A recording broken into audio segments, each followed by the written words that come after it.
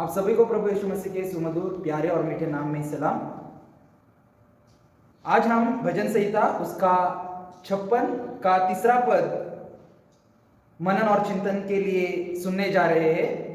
वचन है, जिस समय मुझे डर लगेगा मैं तुझ पर भरोसा रखूंगा। इससे हम ये सीखते हैं कि जब हम प्रभु यीशु मसीह पे भरोसा रखते हैं तब हमारा डर दूर हो जाता है। जब हम डरते हैं उसी समय हमको हमारा पूरा भरोसा प्रभु परमेश्वर यहोवा परमेश्वर पर डालना चाहिए। इंग्लिश में डर, इसको अफ्रेड ये शब्द आया है, यानी कि जब हम भयभीत होते हैं और भयभीत जब हम होते हैं तब हमारा पूरा विश्वास हमें प्रभु परमेश्वर के ऊपर डालना है। अगर हम प्रभु परमेश्वर के ऊपर पूरा अपना भरोसा डालते हैं, विश्वास डालते हैं, तो हमारा डर पूरी तरह दूर हो जाता है। उसी के साथ ये पद और अच्छी तरह से समझने के लिए भजन संहिता उसका 55 का 22 पद हम देखेंगे और हमें वचन ऐसा कहता है, अपना बोझ यहोवा पर डाल दे, वह तुझे संभालेगा, वह धर्मी को कभी टलने न देगा। बोझ यानी कि बर्डन, सफरिंग। भजन संहिता 55 उसके 22 में ये कहा गया है कि पूरा बर्डन, पूरा बोझ यहोवा परमेश्वर पे डाल दे।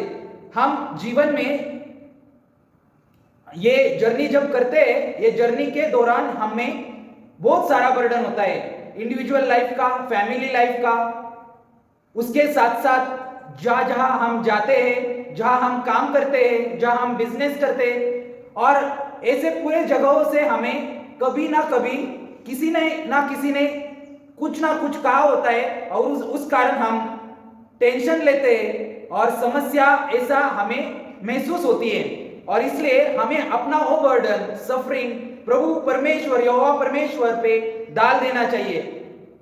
भजन संहिता 56 उसका तीसरा पद हमें कहता है कि जब मैं डर जाता हूं मैं तुझ पर भरोसा करता हूं। भजन संहिता का 55 का 22 पद हमें यह कहता है कि तू तेरा पूरा बोझ मुझ पर डाल दे।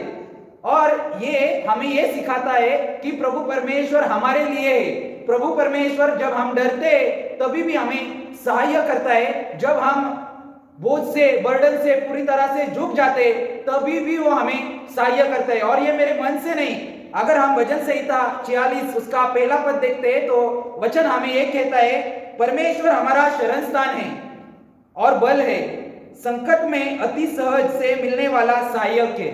इससे हमें यह सीख मिलती है कि प्रभु परमेश्वर हमारे डिफिकल्टीज में, जब हम बहुत ज्यादा समस्या में होते, डर जाते, बोझ से झुके हुए होते, तब हमें कुछ समझ में नहीं आता। हमारे आजू बाजू जो हमारे आप्तजन होते, प्रियजन होते, वो भी कभी कभी काम नहीं आते। परंतु यहाँ पे वचन हमें भजन संहिता 46 उसका पहला पद कहता है कि प्रभु परमेश्वर अति सहज यानी कि आसानी से, इजीली मिलने वाला सहायक है। सहायक यानी कि रेडी टू हेल्प। कभी भी हमें जरूरत पड़ती है, जब हम डर जाते, जब हम बोझ से झुकते, तभी उसी दौरान तुरंत इंस्टेंटली प्रभु परमेश्वर सहायक के रूप में हमारे मदद के लिए आता है। और इसलिए हमें इस जीवन में, जिंदगी में कभी भी कुछ भी करते हुए अपना पूरा भरोसा, पूरा फेथ यहोवा परमेश्वर पे डालना चाहिए। उसी के साथ साथ हमें और एक चीज करनी चाहिए, विश्वास के साथ साथ, कि हम जब डरते भरोसा तो करते हैं, पर उसी के साथ और एक चीज प्रभु परमेश्वर ने हमें बताई है कि बोझ भी पूरा उसके ऊपर हमें डालना चाहिए। बोझ कभी हमें लगता है अपने कैपेसिटी से, जब उसके ज्यादा हमें अपने शोल्डर्स पे, अपने जीवन पे भार लगता है तो वो चीज हमें बोझ लगती है। प्रभु परमेश्वर वो लेने के लिए तैयार है। और अगर हम ये करने के लिए सफल होते हैं तो प्रभु परमेश्वर हमें ये कहते हैं कि अब हम धर्मी होते, हम धर्मी बनने के लिए प्रयास करते हैं। और अगर हम धर्मी बनने के लिए प्रयास करते हैं तो प्रभु परमेश्वर हमें कहता है वो हमें संभालेगा। भजन संहिता 55 उसका 22 पद कहता है, अपना बोझ ऊपर डाल दे, वह तुझे संभालेगा। और उसके साथ साथ वो कहते हैं वो धर्मी को कभी टलने नहीं देगा। और इसलिए हमें आज से इस जीवन में एक नई शुरुआत करते हुए हमारा पूरा बोझ प्रभु परमेश्वर पे डाल देना चाहिए। अगर जीवन में हमें फ्यूचर को लेके परेशानी है, डर है, तो वो डर भी प्रभु परमेश्वर पे डाल देना चाहिए और प्रभु परमेश्वर हमें सहाय्य करने के लिए हमेशा तैयार है।